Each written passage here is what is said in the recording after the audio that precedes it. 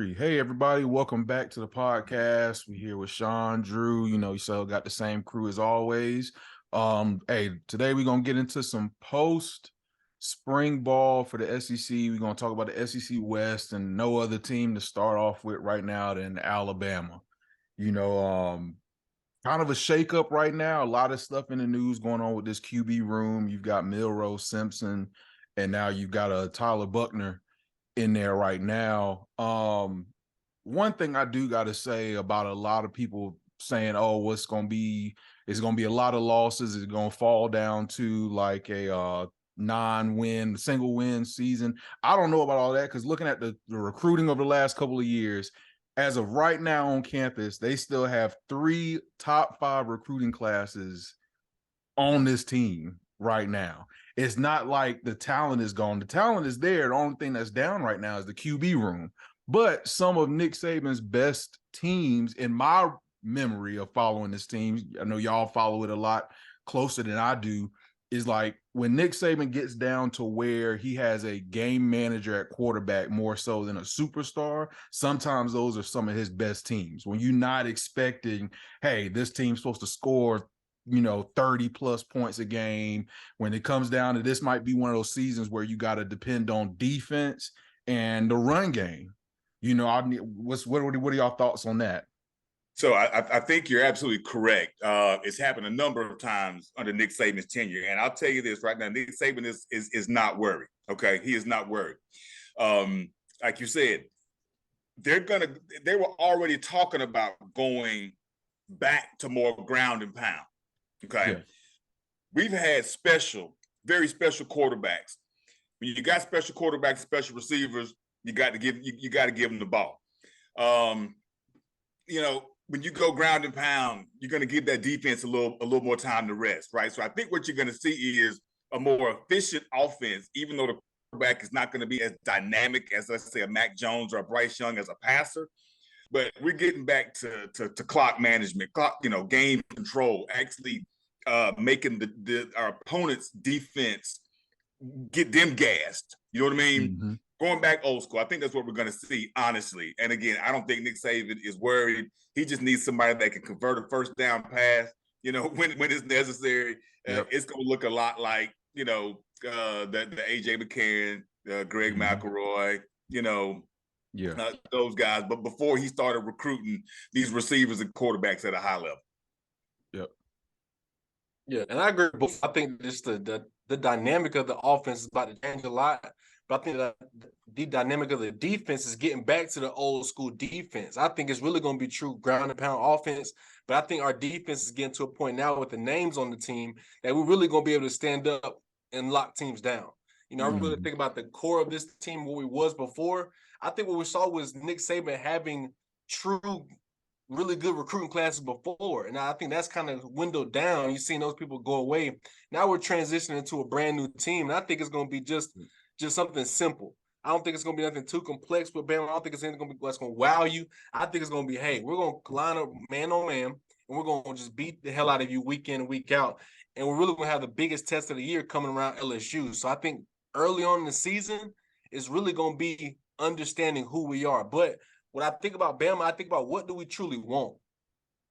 I think going back on Sean's point, I don't want no spectacular quarterback anymore. That puts too much pressure on him. I would love a spectacular wide receiver room, but, I really want a team that's efficient, team that's smaller on the penalties, smaller on the mental mistakes, getting back to our old Bama style. I think that's what we got in the fold right now coming soon. So I'm excited about what we got coming. Yeah, and especially with what you just said, Drew, but also look at the coaching staff. Okay, you got Nick that's still there, offensive coordinator upgrade, defensive coordinator upgrade, right? Those are things that you don't necessarily, that's not really being talked about right now.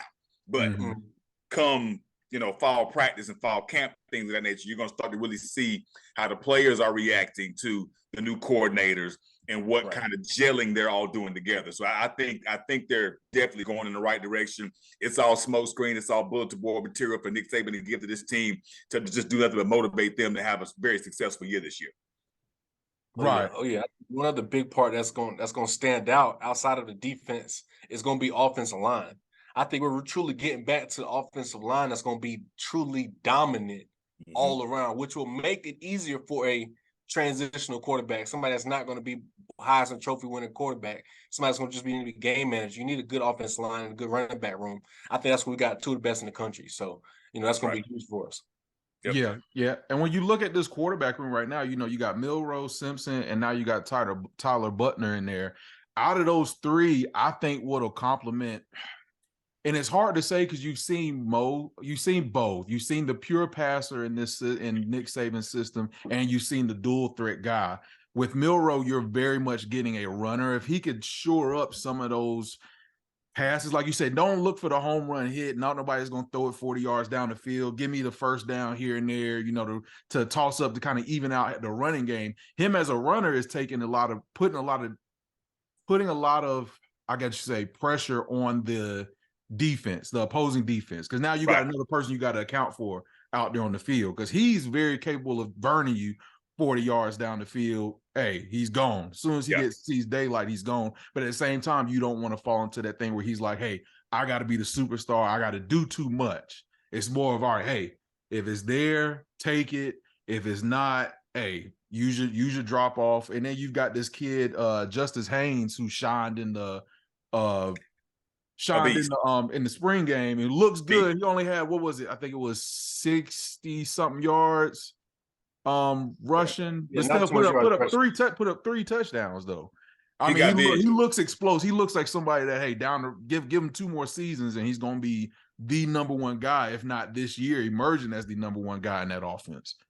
Yeah, yeah, he is. He reminds me of Josh Jacobs, man. He's got vision. He's got quick cuts, got explosion, acceleration, all that stuff. Couple that with an offensive line and a great scheme, lights out.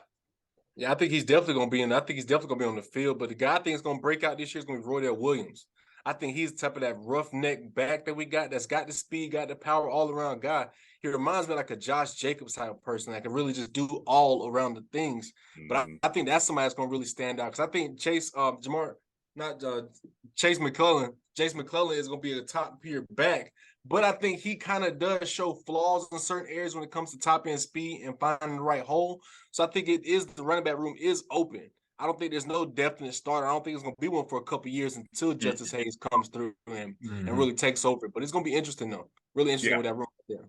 Yeah, you're right. And McClellan, his issue, I think one of his biggest issues is pass protection. That's why you really wouldn't see him in the game on those downs where we knew Bryce had to throw the ball. And if he improves on that, then I think that may be another feather he could put in his cap if he improves on his pass blocking ability. Right. Yeah. Got you. One big question I got about this team, though, who do you think will be the star wide receiver? I think every year we've kind of been, the last couple of years we really haven't had that true standout, as in like there's true number one over everybody else. But I think this year we got a lot of potential in that wide receiver room. Even some young guys. I think it's going to be truly interesting. Who do you think, Sean Van? Who do y'all think will be standout people? Oh man, this offense has been fortunate in having these big names, right? These big names that you can count on, that you're going to see picked in the first round when they get ready to go, right? I kind of like the fact that this team does not have that. Okay. I think Nick Saban likes the fact that this team does not have that. Nick Saban, just like what's happening in his quarterback room with Tyler Butler coming in, he is a nut for competition. Okay. He loves competition. He wants people competing for the job. He hadn't had that in the quarterback room for a couple years. He hadn't had that in the running back room for a couple years, right? So this is new. This is going back to kind of old school, right? So I don't think there's any one name. I like them all because they're competing, if that makes any sense. Got you. I'm right there with you. I think the transfer coming in, Malik Beasley, is the guy that I'm going to be. Malik Benson, that's what I'm talking about. Malik Benson is the guy I think is going to be a dark horse just because he's somebody we really haven't heard of yet. Right. But, and in the spring game with him, he was somebody I was really looking for, and you didn't really see much of him. Then he had the one drive where I feel like it was the Malik Benson drive where he really just kind of showed like, hey, don't forget about me. I really got that potential like that. And I think those are the type of people that I'm more interested in seeing. I think I'm kind of less interested in seeing the scheme guys in the receiver room anymore. I'm like, I want to see my true dogs that's going to say, I don't care who you put in front of me. I'm going to beat the guy. That's why a quarterback is saying, as long as you put him in my vicinity, I'm gonna go get it. Don't gotta be right on my chin, but put it right there. So I think he's gonna be somebody I want to see stand out over everybody else. Because I'm kind of ready for these juniors and seniors of our receiver room to just go on. Got to Kind of phase move them on. out. Young guys Got to in phase there, them I'm out. like, these young guys are too exciting me. So I'm like, I want Yeah. to see them pop up and flash. No Yeah, doubt. and Drew, like you said, I think you took mine. I had Malik Benson as my guy. You know, coming in, is he a red shirt freshman? The COVID year always gets me kind of fishy in that. So he's gonna be a junior coming in. He's gonna be a junior coming in. Got you. All right, Yeah. but like you said in that spring game, finishing with what he had 5 passes, 70 yards, and a touchdown. You know, Right, but at least somebody three of those passes was on one drive. on one drive, like you said. But if you can get that kind of production consistently, not from saying I got to be the guy, but like we said before, bringing it back to being in a system. Hey, can you pop when I need you to pop? Can I depend on you to make some catches, get me a first down? You know, don't have to go out there and try too hard to be the guy. Just can I depend on you? And that's what I think this team is going to end up being, is Nick Saban's group of saying, hey, what guys can I depend on game in and game out to carry us weekend to carry them week in and week out? Yeah, it sounds funny, but what needs to happen is they need to look a lot like Georgia the last 2 years. They need to go back. Georgia looks like Bama used to look. Right. Bama needs to look like Georgia looks now, which is how they used to look, right? So, you know, the formula's already there. They just need to do it. It is. And I get too fancy. I think the biggest thing when things aren't as simple as Georgia's offense is, you try to get overly fancy. Right. You know, I think that's what we try to do really in the last couple of years. And, you know, we got ourselves in the big holes, not because of play on the field, because a lot of times now everybody's on that same mental level. So one person's mentally lacking behind and we make a mistake as a team. So I think offensively, we're going to be back in the driver's seat with our offense. I think we're going to be at least at 28, 30 points a game offense, which is going to be contending, you know, playoff contender. So I think we're going to be right there. I do see us dropping a couple games. I know we're about to talk about the schedule. I do see us dropping at least one regular season. So that does kind of just throw it up in the air. But I think the SEC, how stacked it is right now, that's not saying nothing too bad. Dropping at least one. Yeah, it's not, man. I mean, you know, you got, you know, Middle Tennessee. You know, it's going to be a W. Texas. You know, that's a funky time to get Texas, but we get them in Tuscaloosa. Okay. And I do think that there's going to be a little, like, that's more of a kind of like a revenge game for Saban. Even though they won, I think he's going to approach it like a revenge game. So I'm going to win there. Yeah, correct. South Florida win. Lane Kiffin, you know, he's kind of weird. I got him as a win. Mississippi just because it's at home, though. That Ole Miss game being at home has a lot to do with it. I got that early in the season. I got that as a win also. Yeah. A&M could be a problem. We got to see what we're going to talk about them in a minute, but I really want to see what they got. They've shown that they can beat Bama. Now, granted, that was at home. But, you know, I'm still going to say win there. Arkansas win. I think Alabama against Tennessee, I think we got to win. The LSU game is going to be a problem. I think the LSU game is going to be a problem. I think Brian Kelly may get us 2 years in a row. Kentucky win, Chattanooga win, Auburn win. So, yeah, that's my 11-1 right there. With the problem being the loss to LSU, right? And so the only way we make it to the SEC championship game is LSU to drop a couple. We're going to talk about them in a minute too, but I think they got a couple losses coming anyway. So even if we lose to them, I think we're still going to be okay.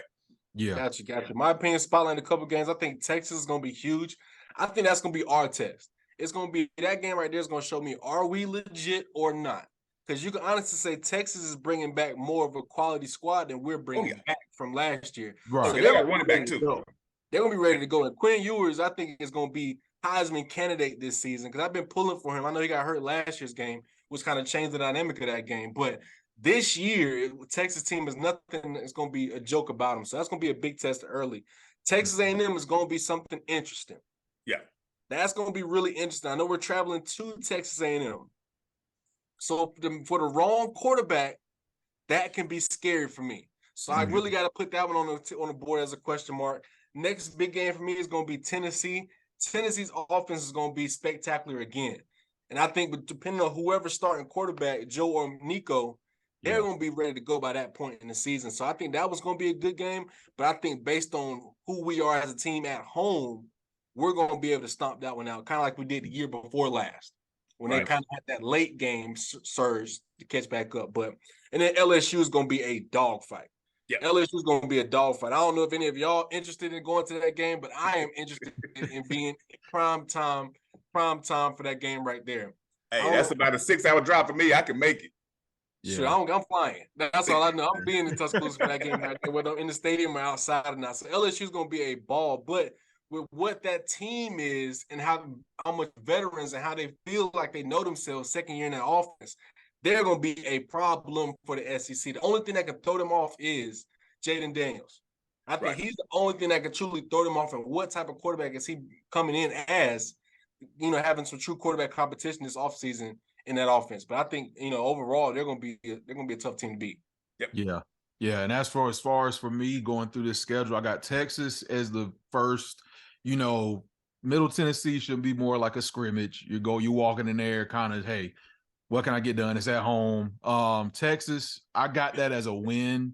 It's going to be a fight, but I got a night game in Tuscaloosa is not like anything I think Texas is going to have for the rest of their season. Make a good point, though. Last year, Bama early noon game in Texas was something that Bama I don't think has truly seen before. So I think flipping those roles. You flipping it. Big standpoint. Yeah. After that, I think you smoke through the rest of it. I think A&M, we're going to talk about them in a little bit also.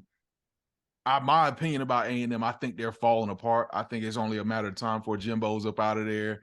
I think another down year he's done, but not to harp on that. I got that as a win. And the other two games, other than the Texas game, the other two games I got as question marks is the Tennessee game and the LSU game. It's a benefit for Bama that they're at home.